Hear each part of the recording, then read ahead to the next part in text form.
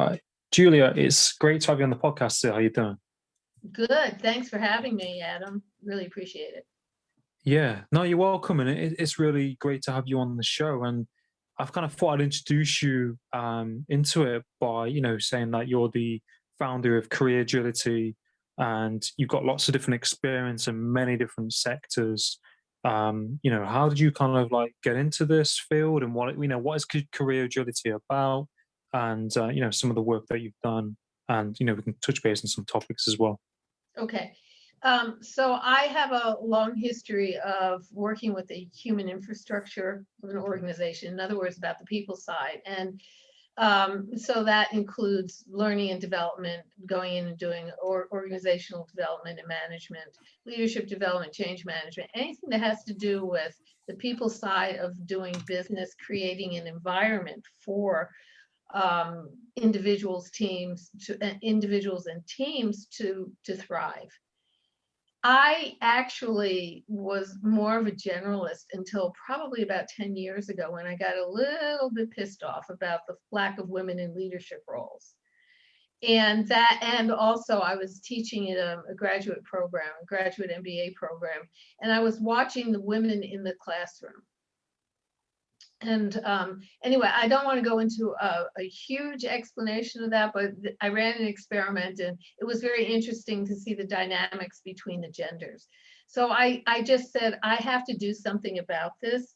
So I started focusing on gender, gender differences in the workplace, which then morphed into a broader conversation about the intersection of gender and position within an organization. Because what I know about organizations is if they don't have data, they kind of say, well, maybe, maybe not, and they shoot from the hip.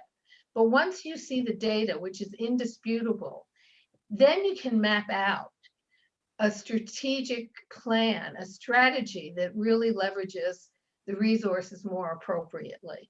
In other words, you can identify the areas that really do need attention and then allocate the appropriate resources versus investing those resources in something that's okay. And then you have a baseline. Once you have a baseline, then you can also measure. So in addition to having a baseline for mapping a strategy, you have a baseline for measuring. And inclusion is one of those areas that is difficult to quantify. Everybody will talk about diversity, equity, and inclusion, and give you metrics around headcount, which is, how many people do you have and what doing what? How many people did you recruit? How many people did you retain from an underrepresented group? But when it comes to inclusion, that's an area that organizations really have a difficult time measuring. And in my opinion, inclusion is in fact the DNA of diversity and equity. Because if you don't have an inclusive work environment, it doesn't matter how diverse it is, it doesn't matter how equitable it is, people are not going to stay. People who are underrepresented, like women, people of color, and people with disabilities, LGBTQ folks, they're not going to stay. So inclusion is really, really a critical issue that companies, and it's not, by the way, individual experience, it's more around employee perception of the culture. And in fact, I've been getting information from people saying, how do you know what the employee perception is? And that truly is the key for measuring an inclusive work environment. So that's what I focus on. And it's fascinating, it's frustrating, and it's so important. So important. Yeah, I think that's really interesting, and it's I think it's great, with the work that you do, that you're passionate and you care about what you're doing in these particular topics. And would you say, like, this topic that we're talking about, would you say it's kind of relative kind of to all industries and all jobs and all kind of workplaces, or do you think it's kind of some kind of workplaces or businesses is kind of more concentrated, if that makes sense? Like, for example, I know I saw articles in the UK, with the police force, and military and that kind of thing. Like, sometimes is a certain percentage of people in the police force from certain backgrounds, if that makes sense, and they're trying to encourage more people from other kinds of backgrounds to, join and sign up to make it more, they made it more diverse now, if that makes sense. Yeah, it does. What you're really talking about, Adam, is that there are certain industries that tend to be gendered versus other industries. And like when you were talking about the police, the thing about police is that if you have all white males who are the force, and I say that, with kind of air quotes around it, they're not going to really understand how to deal with women who may be in crisis, or they're not going to really understand the dynamics of communities of color. So the important thing is to have diversity in order to have a diversity of perspectives and a broader understanding of the constituent base that you are serving. And that includes the police force as well as all industries. So for example, there are certain industries here in the US that are notoriously toxic for women and people of color. They're run by, white guys. And those are typically the tech world, financial services, and sciences, the STEM industries. Conversely, there are organizations or there's industries that are very female heavy, in that you have nonprofits. Nursing, for example, tends to be female oriented. Anything that has to do kind of more people oriented, oftentimes it's the women who are the dominant gender.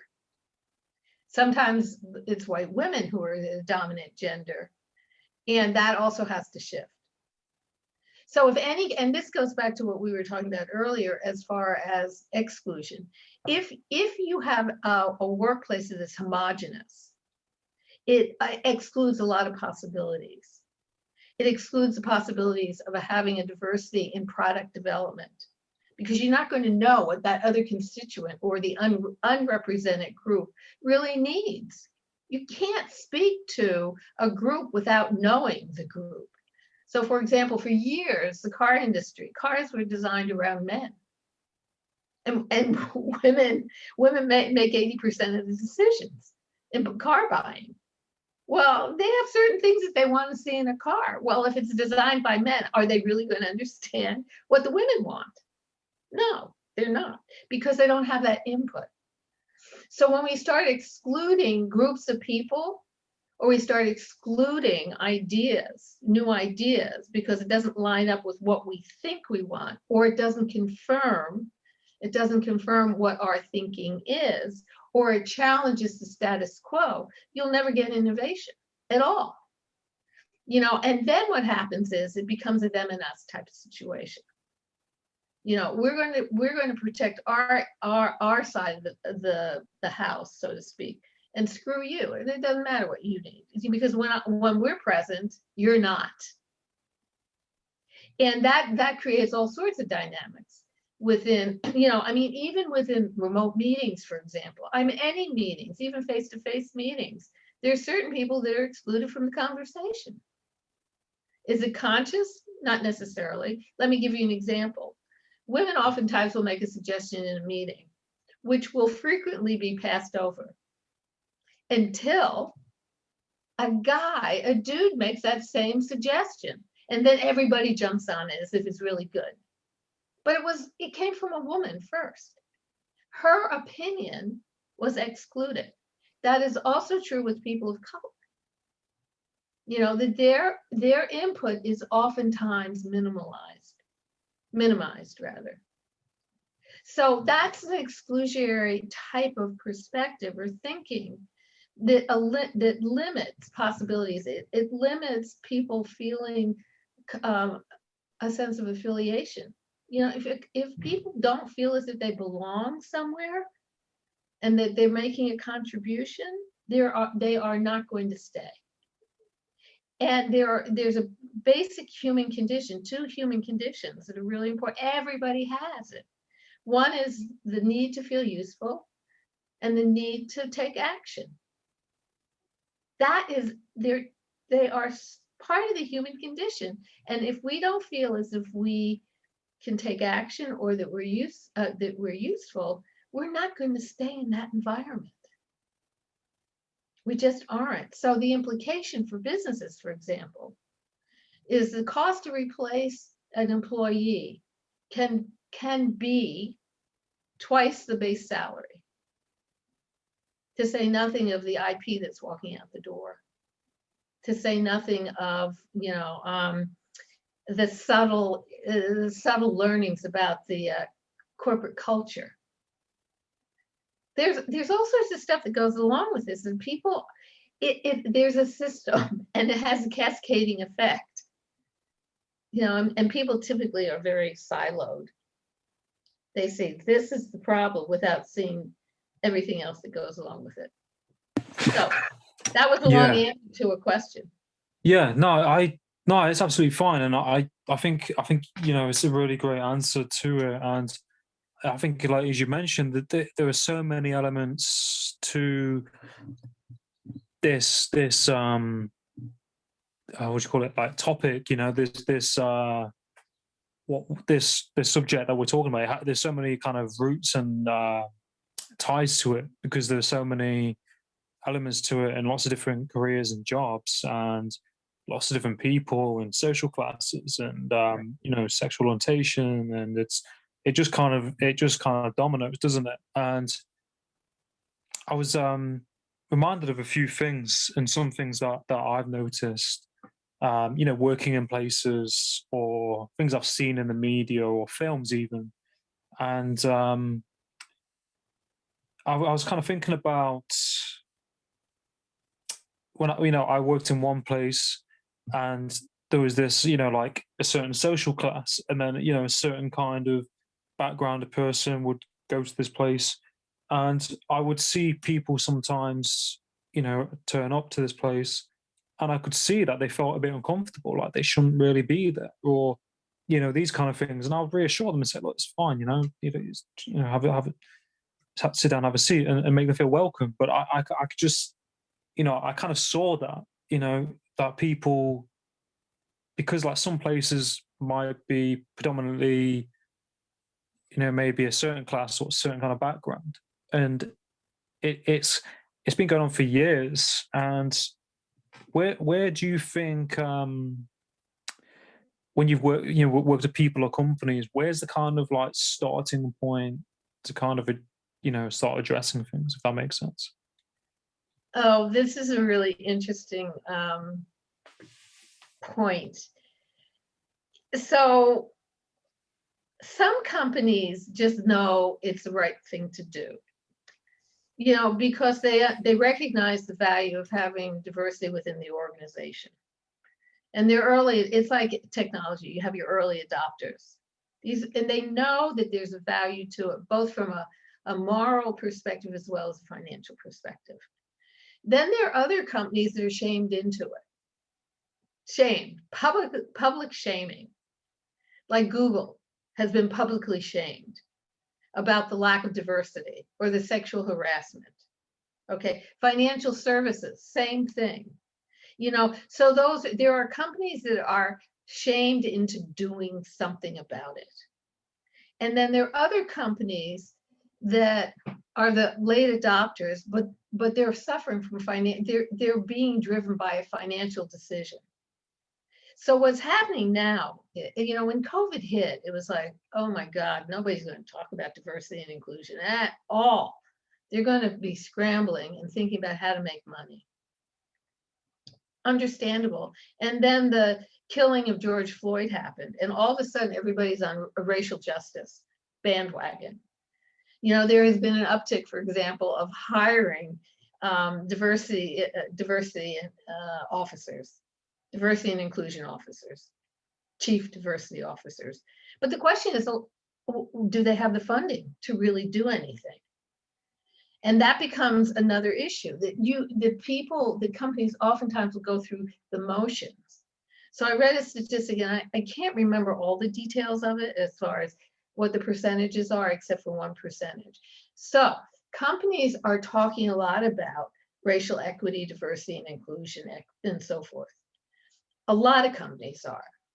The next category of companies is that they're making monetary contributions to social justice organizations, community-based organizations, and so forth, because they're motivated to do something, or because they have to do something because customers will end up not supporting them.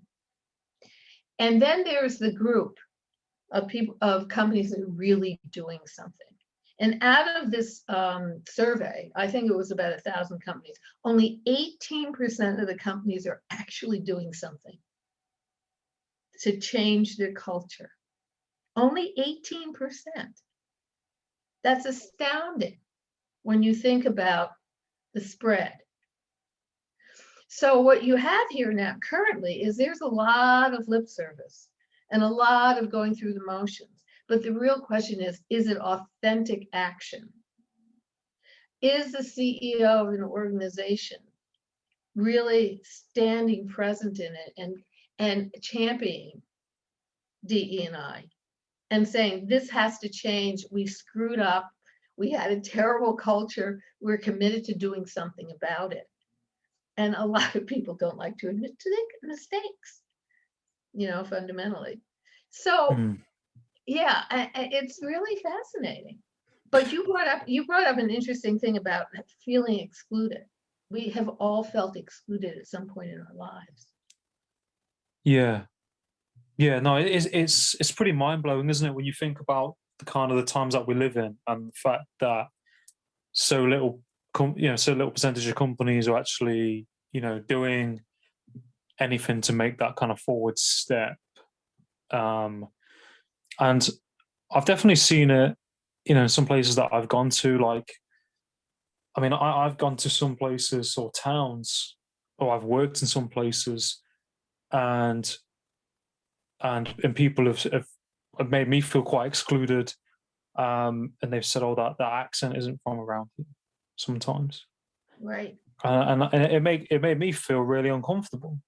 And I could see these people talking to people who they knew from their area, but I was kind of treated a certain way because I wasn't actually from that town or village or whatever, that place. And I'd never experienced it in my life, ever, ever, up until that point, up until I was like, I was 20, I'm 26 now, and I've seen other people that I know who've been treated a certain way, probably based on color and stuff like that. And I couldn't be one of those people. I think a lot of people are very tunnel visioned, and they're not very, they're a bit deluded, if that makes sense. But I think, like, the world that we live in, I see a lot more companies being more diverse, but I think still more needs to be done.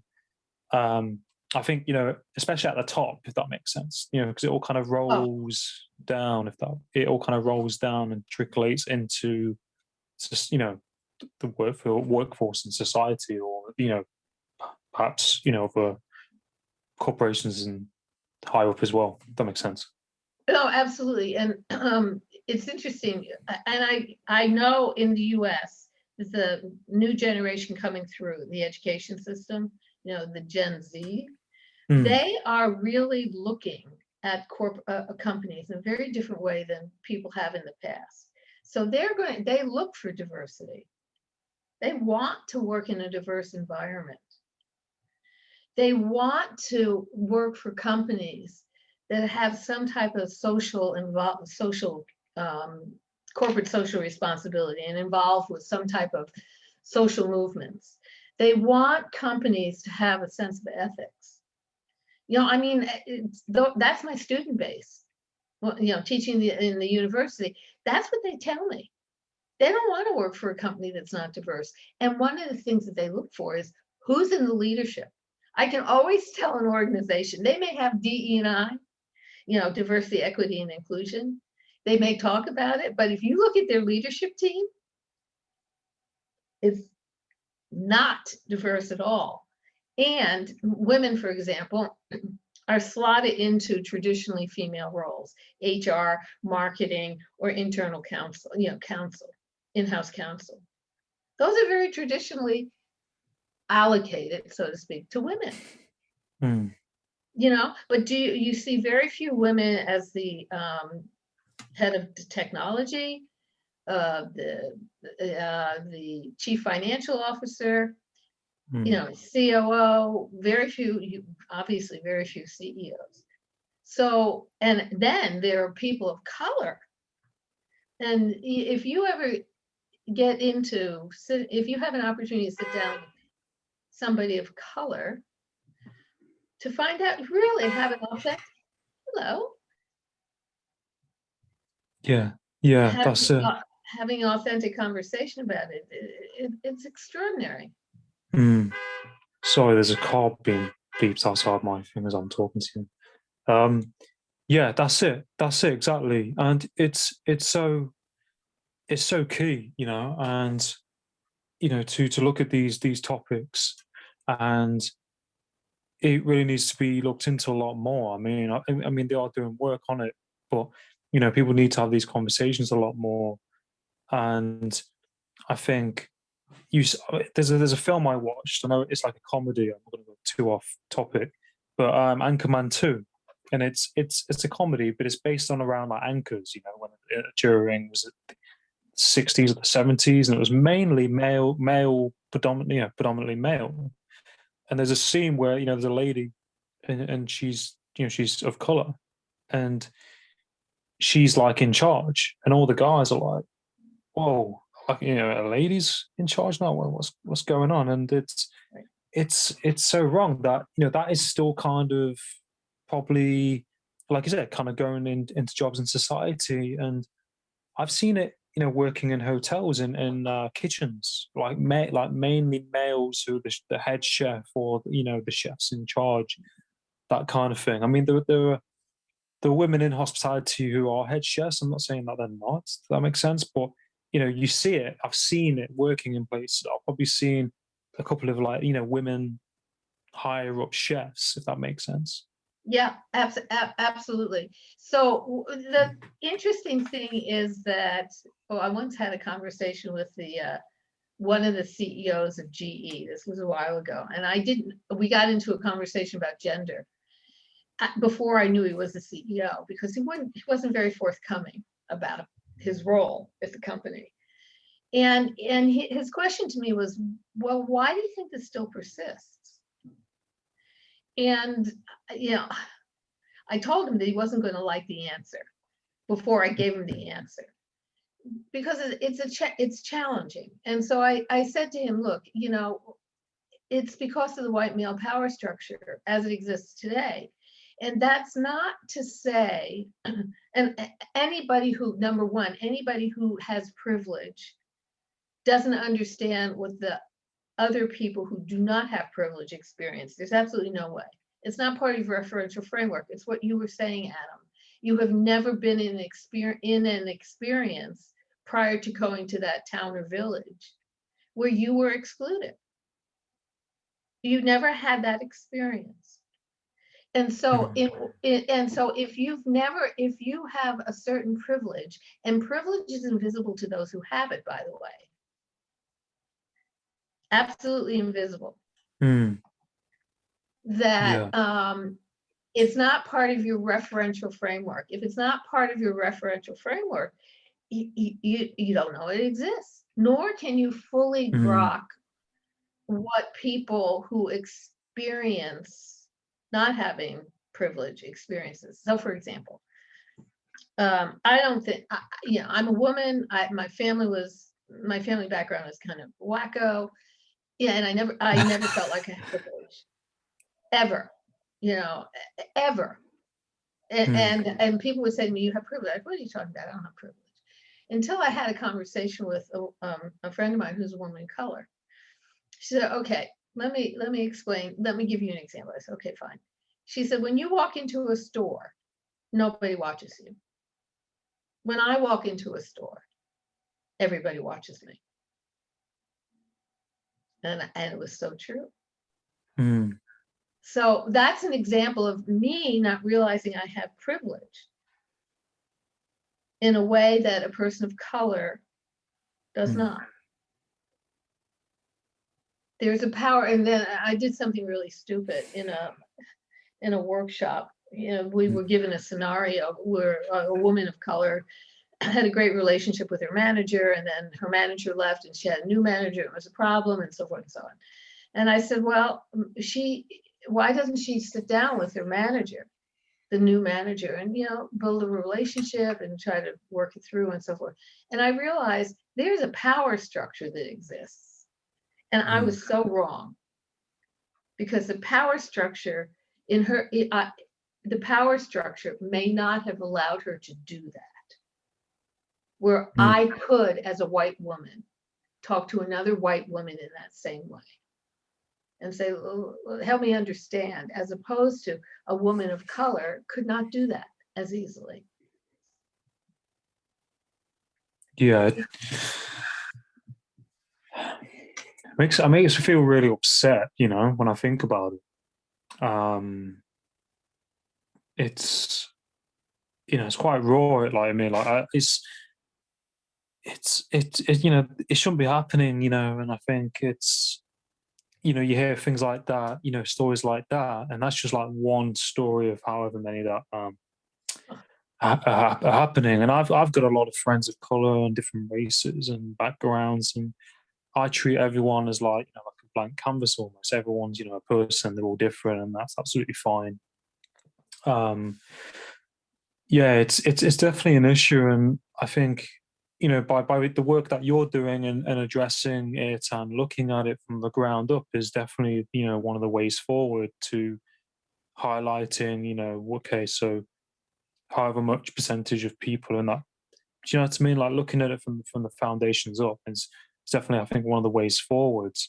But I watched a documentary not too long ago. I won't go too topic too much, but it was basically they followed the journey of different students in the UK who were going to university. You might kind of know where I'm going with this, but they basically did the same course, same kind of similar degrees, one of some of the top universities in the UK, and they followed an Indian guy and they followed a British guy, and the Indian guy's from a different class, and there's a British guy's from a different class, and they both finished university, both graduated. The British guy got a job pretty much straight away. The Indian guy couldn't get a job for months, and he had to go back to university. Well, he chose to go back to university to do a master's because he thought, if I get a master's, then that's going to give me a better opportunity at getting a job. But he's acquiring all that debt.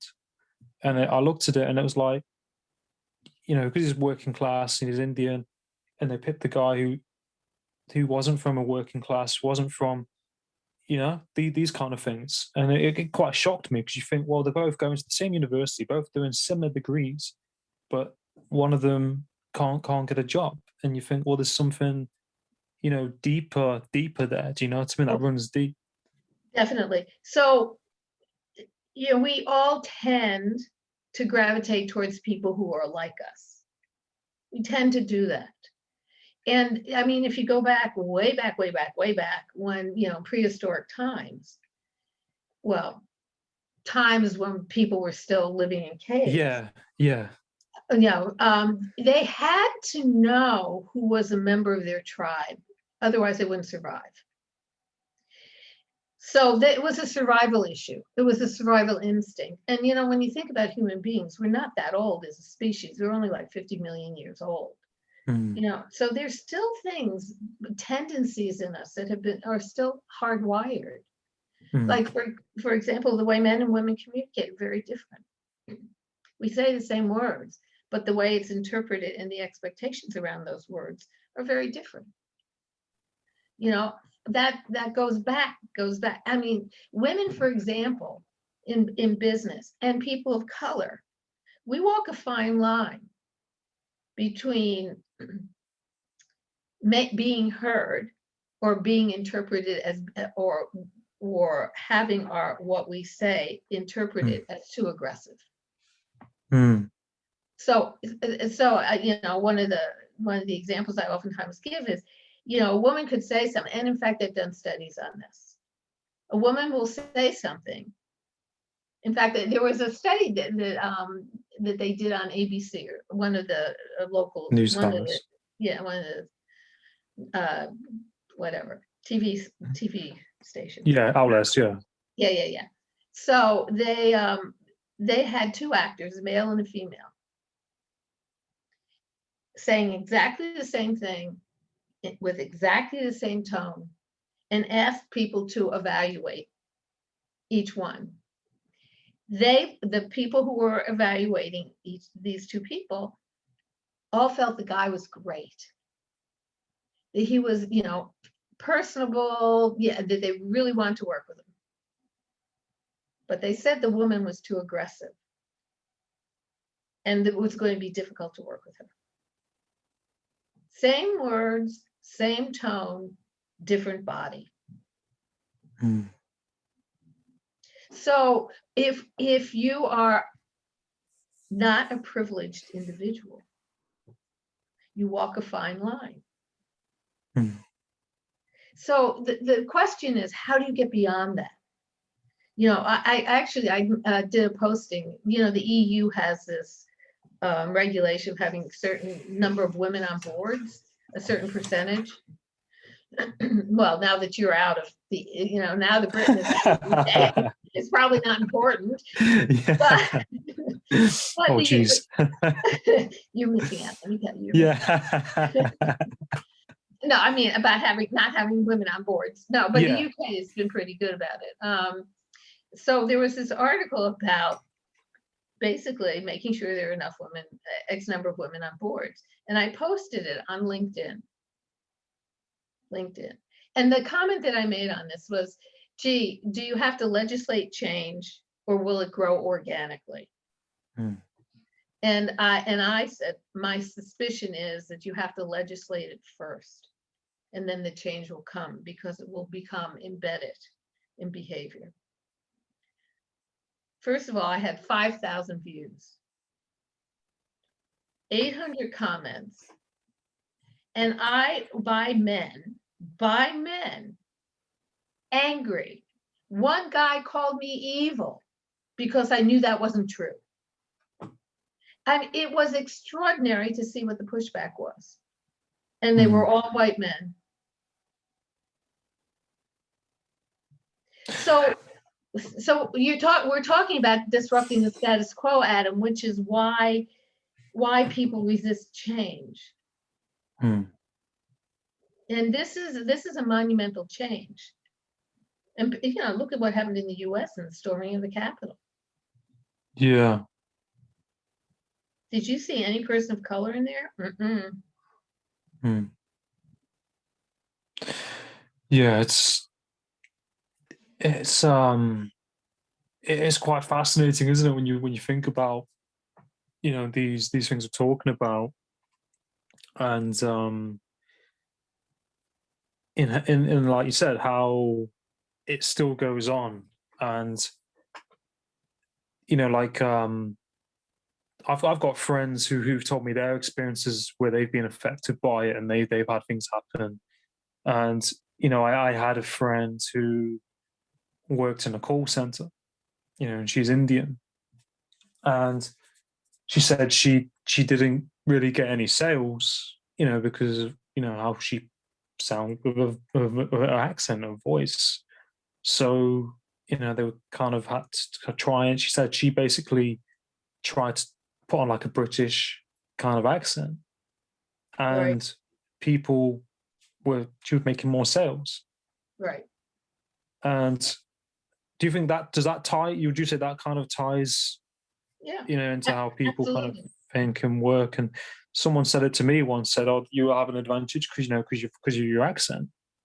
But I can't help, my voice. It just, do you know what I mean? These kind of things, like subconsciously, how some people think and how they kind of perceive things or people. Yeah. So going back to exclusion, Yeah. and then there's an inclusive mindset that counterbalances. Again, we gravitate towards people that sound like us, look like us, think like us. We create a bubble around that. We do. People typically do. We exclude new possibilities, new ideas, again, because it doesn't align with what our thinking is, or maybe too abstract for us to get our heads wrapped around it. We exclude new experiences, okay? Because again, we don't want to venture out of our comfort zone. You know, and there's a price to be paid for that. So Steve Jobs did a commencement speech at Stanford a number of years ago. And in that speech, he said, you have to connect the dots. The more dots you have, the more you can connect. And so when we start excluding experiences, new ideas, people, new whatever, we eliminate some of those dots. So then our picture, when we connect those dots, is really quite sketchy. You know, it doesn't have a lot of detail to it. I mean, I was thinking about, you know, do they have the expression of FOMO over there? Yeah, it's Fear of missing mainly out. Yeah. I've seen it on social media a lot. Yeah, FOMO, fear of missing out. So everybody has a fear of missing out. It's like missing out on experiences, missing out on fun. In Boston, it's missing out on getting a parking space or getting into the roundabout. It is insane. But we all have a fear of missing out. Fear of missing out on a promotion, fear of missing out on a financial opportunity, fear of being rejected because we don't look the same. You know, fear. But here's the irony of it all. We exclude. So we exclude people. We exclude, as I said, we just exclude all the time. And yet we have the big fear of being excluded. So it's almost a paradox. We don't want to be excluded, and yet we exclude all the time. All the time. And I was thinking about it, I was thinking, well, what happens if we exclude an experience or a new idea or meeting a new person or going to a new place? What we have done is eliminated a possibility of another memory that enriches our life. Because our memories are based upon experiences. Yeah. No, I definitely agree. And I think if people continue to exclude people by, you know, color, social class, or, you know, in whatever, then it's always going to happen, isn't it? Do you think? Yeah, and it's also educational background. I've been excluded because I don't have an Ivy League background here in the US. Yeah, I think it's wrong. And I saw like like on TikTok, you know, these funny videos and stuff like that. I saw one which I shared on LinkedIn today, and it was like applying for a job in 1970, and the guy was saying, "Oh yeah, you start on Monday," and it was like applying for a job in 2021. He's like, "I've got a bachelor's degree and I've got this and this," and the guy was like, "Yeah," and he gets the papers and he throws them, and it's kind of like, you know, it's kind of like that. And I know some people said they just start a job, you know, years ago straight away, but like what I'm saying is, I don't want to go too off topic, but it's getting, you know, if you think someone's got, if somebody comes from a certain background or certain class or color, it's kind of keeping them in that place. They're being kept in that place, and you know, it's trying. If you're someone in one of those situations, you know, and I'm sure people listening or watching this, you know, from all different backgrounds, trying to figure out how to get ahead and you know, to be successful and to make something and not let things you know, stop them or define them. And I had a podcast with a guy the other day, and he was like came from, like, you know, an Indian background, and he was saying he still has problems, you know, being treated a certain way based on certain things, you know. And you think, you know, even though he's doing pretty well, still facing problems. Yeah, they're called microaggressions. In some cases, they're sometimes not necessarily micro, they're pretty blatant. So you just said something that's really interesting, Adam, about how we keep putting people in boxes and we want them to stay there, right? But you know, that also shows up with behavior change. like, I have years ago, I had a conversation with a director, senior director of a telecom company, and he was talking about how they were putting the women through assertiveness training, but it wasn't sticking. Mm, It really wasn't, it wasn't sustainable. And I yeah. just sat there and I listened to him, and the thing that came into my mind is, wait a minute, if they become more assertive, it's going to disrupt their family life, Mm, because there's a certain dynamic that has been created in everybody's family life, for example, mm, that is based upon certain behaviors. And mm, when one person changes that behavior, that whole dynamic will change. And people are not going to, the people in that person's life may be uncomfortable with the change. And mm. therefore, a lot of people don't change when it comes to expanding their, their capabilities and behaviors. It's fascinating, really. Yeah. No, I find people fascinating. I find people interesting, and fascinating, and how society works and how people think and why, why. And I got a book recently called Sapiens. I don't know if you've ever heard of it. I've not read it yet, but it's about like how societies, how people have evolved over time, and how people have changed, and it's the kind of things that we're talking about. Like you said, it's been going on for some time, and it's I think things are being done to make those changes to be more diverse. Like there's a lot more, like on television and programs, and a lot more people are given more opportunities, but it's still there, isn't it? But I think in what you're doing, it's definitely like positive, and it's definitely a way forward, if that makes sense. And I think a lot of people can definitely benefit from your work that you're doing. And would you say it's like about about people? People need to be educated on these things, like a Well, yes and no. Our primary business is to go into an organization and do an assessment. Hmm, So we have a set of statements that we ask people to rate their agreement to, on a scale of 1 to 10, to what degree do you agree with this statement? And we have, it's a whole bank of statements. So we administer that to everybody in the organization, the C-suite, the executives, the senior leaders, the middle managers, and the staff level.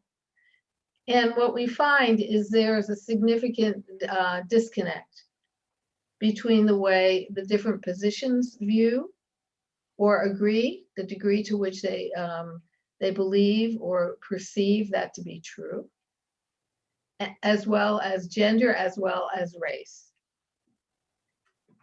as well as sexual orientation. There is a tremendous disconnect. So until people can see that, there's no reality behind it. The people who perceive it, rate those statements lower, they all know that. But it's the decision makers within the organization that have to see that, because it's the C-suite actually who sets the culture of the organization. And until they step up to the plate and say, you know what, we have a problem, and they're honest about it, it's like owning it, becoming aware of it. The data gives them the awareness. Owning is a whole nother question. We're not cheap, but we're also not expensive when we go in and do these projects. And I always say to an organization, unless the CEO is involved in it, and unless you're really committed to acting on the recommendations that we make based upon your data, don't do it. hmm. Don't waste the money, Yeah. because it's going to fail. And if it fails, it will do more harm to your organization than it will do good. It Hmm, will contribute to it'll impact your brand. It'll hmm, impact your employee morale. it will impact employee trust in you. Don't do it.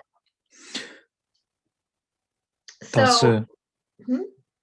No, I'm agreeing. I'm saying that's it. Yeah. so when you asked about educating, the data educates. Mm. The recommendations that we make based upon the data educate. Implementing the changes sometimes require educating the staff and the managers.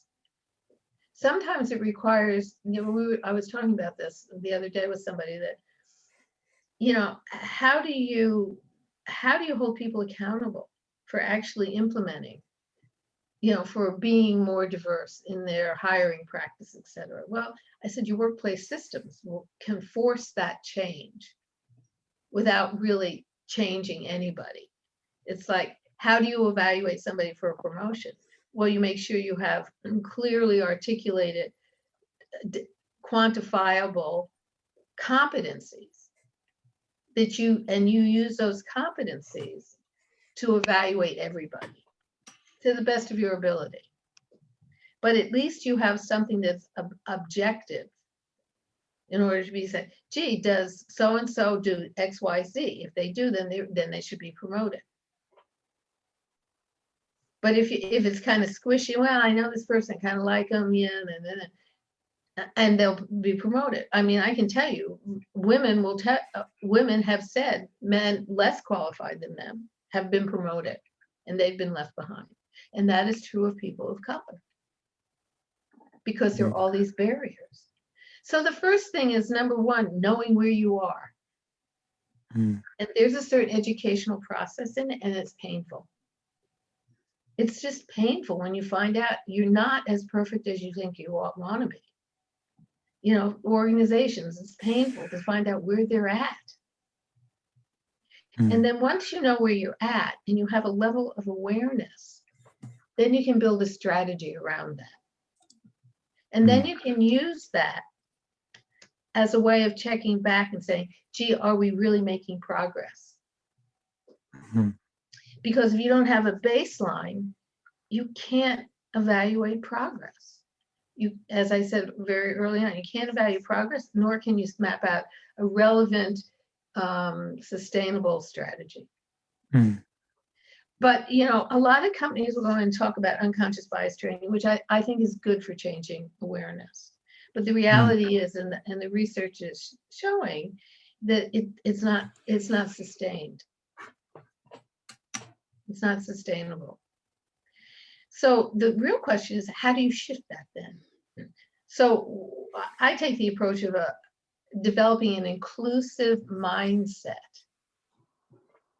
If you are inclusive in the way you view the world or you operate, you're going to be less biased. So there are 5 pillars to this. The foundation is built upon self-awareness. We have to observe ourselves. Anybody who's a good leader, in fact, that's part of emotional intelligence, is knowing where you're at, knowing your own triggers, knowing your own blind spots, knowing about yourself. And when you know about yourself, and you know this, you're a coach, Adam, then when you have greater awareness about yourself, then you are more tuned into other people and what their needs are, what gets them motivated. Okay, and it's not to say that you apply your own stuff to them. It's just that you have a heightened awareness. So that's the foundation. And then the 5 pillars are curiosity. Rather than closing something down, ask a question. Oh, tell me more. Or a new idea comes at you, said, I haven't thought about that. Tell me how you arrived at that, or why you're thinking that. So it's curiosity. And these things are things, everybody has curiosity. It's just use it. The other is communication intelligence. There's it's being savvy about the different styles of communicating. Some people are introverted. They're not going to be yakking all the time like me. They aren't. They're just going to sit there and they need time to process. It doesn't mean that they're not engaged, but it's like that's a point of savvy. Or seeing when somebody's dominating conversation because they have a need to control. Well, how do you manage that? Okay, so that's communication intelligence. The other is collaboration. We know how to play together. We know how, there's greater strength in numbers. The more people who can, yeah, I mean, it can be also chaotic, but the more input you have, the better the outcome. So collaboration. The other is commitment. You really have to kind of be committed to this. So yeah, this is important enough where I'm going to pay attention. But everybody knows what it is to be committed, except maybe men with relationships. They have commitment phobia. No, just kidding. I'm just kidding. No, but it's like everybody knows what it is to be committed. You're committed to what you're doing, Adam, right? Yeah. And then courage. Yeah. Courage. It takes courage to step out of your comfort zone. It takes courage to engage people that are not necessarily like you. It takes courage to be self-aware. It took you courage to do your podcasting. Yeah. So everybody knows these things. We're not introducing anything that's new. It's just use it. I think I really do agree with the points you made, and I think I find it really interesting. What we're talking about. I'm interested in people and how people work and how systems work and businesses, and it's almost like people kind of know this deep down, but they don't kind of think about it or see it. Do you know what I mean? It's there, but people don't kind of choose to see it, if that makes sense. Is that right? I mean, oh, absolutely. Well, they get lazy, and that's the commitment. Yeah. Or they're afraid. But that's one of the things I touch on. Like, I think, do you think a lot of these issues and things that happen in society and businesses and processes, but people are ultimately afraid to speak out, communicate, or change it, and all of those kind of things? Because I think all those key points are true in key. Well, I was having a conversation with somebody else about sexual harassment. Only 30% of the women will report sexual harassment. That means 70% of the women have been sexually harassed, and they don't say anything to their companies about it. Because of the fear of retribution, the fear of retaliation, the fear of being fired. Because it's a high risk thing to do. Yeah.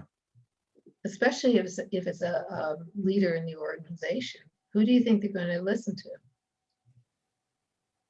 Yeah. Well, I mean, I won't go down a rabbit hole, but there was that thing with, Weinstein many moons ago, and that all came out. And then you think someone with power or notoriety, it's that intimidation, because it's what are they going to do if I do say something? And exactly. I saw it with men as well. There were some men, I don't know what the percentage was, but men who were being assaulted or abused by their wives or their partner, and they wasn't reporting it to the police because they're embarrassed, because it's men being attacked or whatever. It just kind of shows you why, not why, it shows you that how kind of vulnerable people can be, if that makes sense, and that they do ultimately have a choice to decide. People have a voice, if that makes sense, but people don't use their voice because of fear and right. Exactly, because again, it can be very challenging. It can challenge it can be disruptive to the status quo. But you see what happens, if people don't have an opportunity. I mean, this is what I'm observing. Yeah, there's a certain point when people say, I've had enough. Enough is enough. And then they become real aggressive about it. Mm. Because they've stuffed and stuffed and stuffed so long that they don't want to stuff anymore. Mm. And as well, like in your work and what you do, I bet it's rewarding when you do see companies improve and evolve and change and adapt and turn it around, if that makes sense. Or they you go in there and you do these examinations and tests, and they shift and change. Like, have you seen that happen quite a lot? It must be nice to see that and to see these little improvements and things. I do a happy dance. First Yeah. of all, I do a happy dance when they hire us, because it means Yeah. that they're really going to do something about it. Mm. We had one client that had to do something about it because their environment was so toxic.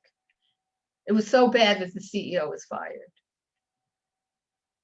because he was the one who was creating the toxicity and promoting. So he was fired, and they knew they had to do something, but they didn't know where to begin. Mm. So I was happy. When we are hired, that's what, to me, that makes all the difference in the world. And I really do a happy dance. Yeah. Okay, so they want to do something. And then the next happy dance happens when they develop their implementation strategy. Yeah. Okay, and then, when they continue and continue and implement some of the recommendations, and that they see a significant change. Absolutely. Mm. Absolutely. Yeah. No, that's fine. Yeah, I mean, it's like, I think I was born I know I was born with a high degree of social conscience. And part of it was because of my upbringing. I was always outside. What was that? I was always outside looking in. Yeah. But people didn't know that, but I knew it. Mm. So it cuts very close to who I am. Mm. And plus I just think we're robbing each other, or robbing ourselves of fabulous opportunities. I think Yeah. businesses are robbing themselves. I mean, by thinking that millennials or Gen Z have nothing to contribute. They have a tremendous amount to contribute. Or thinking that the boomers, the old people, have nothing to say. We have great wisdom. I've got news for you, young tykes. We've got great wisdom. That you can leverage. So you don't have to Yeah. go through the pains we had to go through. Mm. I mean, like, actually the Yeah. CEO of GE made a comment to me as we were parting company. He said, I'm concerned that the younger women are just kind of blowing it off.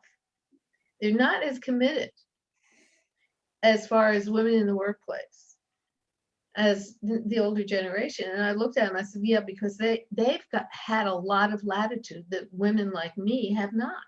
Mm. Mm. Because it's a different time. Yeah. It's interesting, isn't it? And I think, like, people from different generations, as you said, they've all got their own, wisdom and part to kind of give, if that makes sense. And I think this is like, I see it in the media a lot, especially with Gen Z. My younger brother's a Gen Z. I'm millennial. I was born in '94, so it's interesting to that's at the dinner table, maybe, or we're having a conversation. I'll make a point or I'll say something, and then I see their point, and it's like, it's very strong. It's very different sometimes, and sometimes we clash, and sometimes we agree. But like, I think what you mentioned, like Gen Z, very much think about the planet, the world, ethics, there's a lot of that. It's interesting. It's interesting how we're all different, but I think like what you said, like you as a growing up, looking from the outside in, I think that's definitely a gift, and that's definitely a strength, to be able to do that. 'Cause I think that yes, a lot of people, the people out there who do that, but I think like a lot of people who don't, if that makes sense. But I think if you can look from the outside in and see it from different angles and perspectives, that's definitely a strength where you can go into situations and help people. Because sometimes people have kind of like a racehorse, they've got the blinders on. Yeah. So two things about that. One, many years ago when I was in college, I had this experience where these people said to me, we were so blinded by our goals, we didn't see what was in front of us. So we do get blinded by our goals. Then exactly what you said, we have the blinders on. So you're absolutely right. But the problem is when we have the blinders on, that's all we see. We can't see anything else. And that limits our ability to maybe even accomplish a goal. Sometimes you have to have the blinders on. There's no question about it. Yeah. But most of the time we don't. Or at least have them, see through. So you can see peripherally. Yeah. Have some holes in it or some, Yeah. cuts, whatever. Yeah. I mean, the other thing is I took when I was taking a painting class. And so part of it was you do your thing and then you present it to the rest of the class and you hold it upside down, or you paint it one way, you flip it upside down, all different ways to see what it looks like. And that's exactly what you were saying, that when you do it, when you look at things from all angles, you get a very different perspective. Yeah, that's it.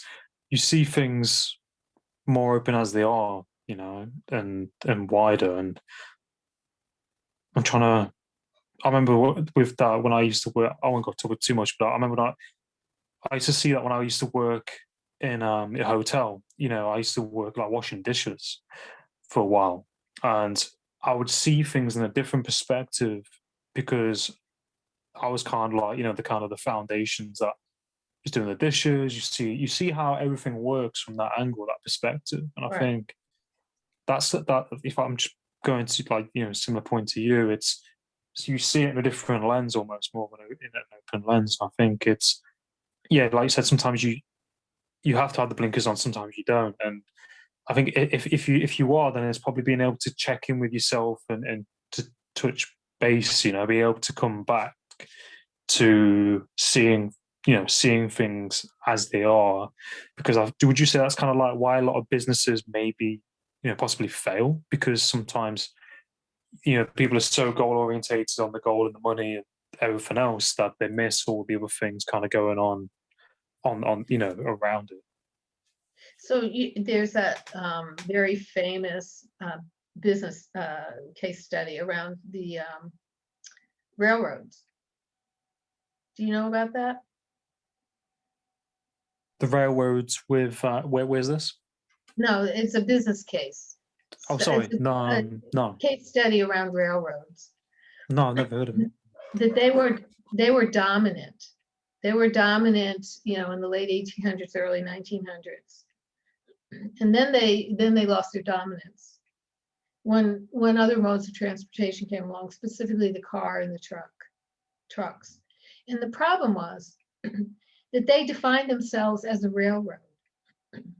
So they lost market share, they lost business. But had they defined themselves as a transportation company of moving items from point A to point B, they would have been more able to integrate the new technology, cars. And so now when you look at railroads, they have truck box, whatever they call them, from truck loaded on flatbeds, because the railroads can take them a certain place that the trucks might not be able to do that. So that's how they had to change their model. And so you're absolutely right. It's Adam, when you say who are you? What is your business? I mean, you think about Nike, for example. Mm, They were, if they defined themselves only as a sneaker company or running shoe company, they wouldn't have diversified in the way they did. mm, So in some ways, that's who we are. Are we willing to diversify ourselves and mm, adapt? Or do we become like the dinosaur and die? mm. That's always that's our choice. Yeah. It's quite powerful, isn't it, when you think of it like that? Because it's how it is. And I think it's being able to adapt and improvise in how society moves forward, isn't it? Yes. And when you're in business, the whole notion of business now is that it's such a rapidly changing business environment Mm, that mm, you have to be agile. They talk about agile, agile as far as technology goes, which is the ability to turn on the dime. mm, How can you respond quickly in a mhm. business, in a business setting? Again, that's where diversity is really important. You know, IDEO, which is an industrial design group Yeah. that's quite famous here in the U.S. And I remember ABC followed them that day. I gave them a project to create a new grocery shopping cart in 5 days, a brand new one. And their design team consisted of instructional designers, mechanical engineers, a med student, a philosopher, women, men, older people, younger people, from all different backgrounds in order to come up with a new concept. And it was fascinating to watch it. And so in 5 days, they came up with a whole new shopping cart. Wow. Yeah, it's fascinating, isn't it? People collaborating from different backgrounds, different expertise, different walks of life, and then kind of all come together and create something. And I like watching documentaries like that, or programs. If there's people from all different mixes and backgrounds, and they make something or create something. Right.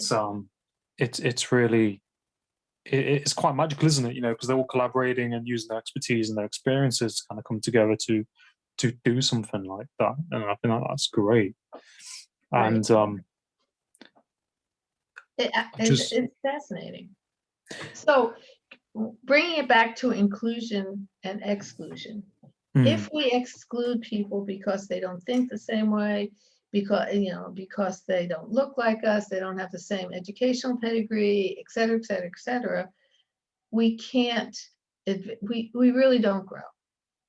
But when we mm, include, we have the opportunity to be more agile, mm, to be more creative, for companies to be more profitable, because inclusion, when people feel as if they're included or that they belong, they'll have greater employee retention. They'll be able to attract top talent. They will increase their brand reputation. I mean, it just goes on and on and on as to what the benefits are to thinking outside the box. That's really all it is. mm, mm, So, and it has to do with what's your mindset. Are mm, you curious? Are you savvy enough to understand the value of differences and to be able to leverage those differences, as communication being one example? mm, mm, Are you so stuck in thinking that you know all the answers? mm, That you're not willing to invite other people to collaborate with you? Are you so committed to your own idea that nobody else exists? So committed. Or are you committed to saying, oh yeah, other people exist and there are new perspectives? And do you have the courage to step out of your comfort zone?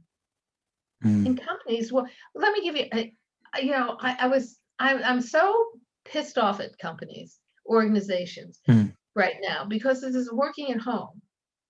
what's happening is they are losing women who have young kids, who have kids. 40% of the women are thinking about leaving the workforce. 40% in the US. And guess who earns the largest number of college degrees? Women. Guess what percentage of the population we're in? We comprise about 50%. Yeah. And so when the whole paradigm of where people are going to be working has shifted because of COVID, right? So Yeah. right. So organizations are all of a sudden saying, hey, it's okay to work from home. In fact, it works. And in fact, we can save money because we don't have to have as large an office space as we had previously, right? They may do hybrid, they may do, working, they just don't need the same office space. So they're saving money there. Why don't they take that money and help subsidize childcare so they don't lose the women? Yeah, no, definitely. It's definitely really great points, and I agree. And I think like a lot of women maybe struggling to work from home because school and kids, and it's more probably more difficult and probably more stressful, and there's all of these things that kind of intertwine that need to be addressed and looked at, and I think it's definitely something that is such a important topic, and hopefully through people having conversations like this, and listening to this kind of thing, that's fine, listening to this, think about it, and kind of put in some work to make those changes. Right. um I would talk more, but my phone is on about 5%. Okay. But it's been an absolute pleasure having you on the podcast, Julia. And I really enjoyed touching base and talking about the topics that we've covered. I think they're really in depth, and I think they're really informative, and people will take a lot from the things that we've spoken about. And I really admire you for the work that you do, and that you care about these things that are ongoing in life. And I wish you continued success in what you're doing. And I look forward to having you back on the podcast again to talk about different topics as well. And where can people find you on, like, social media or your website or email kind of thing?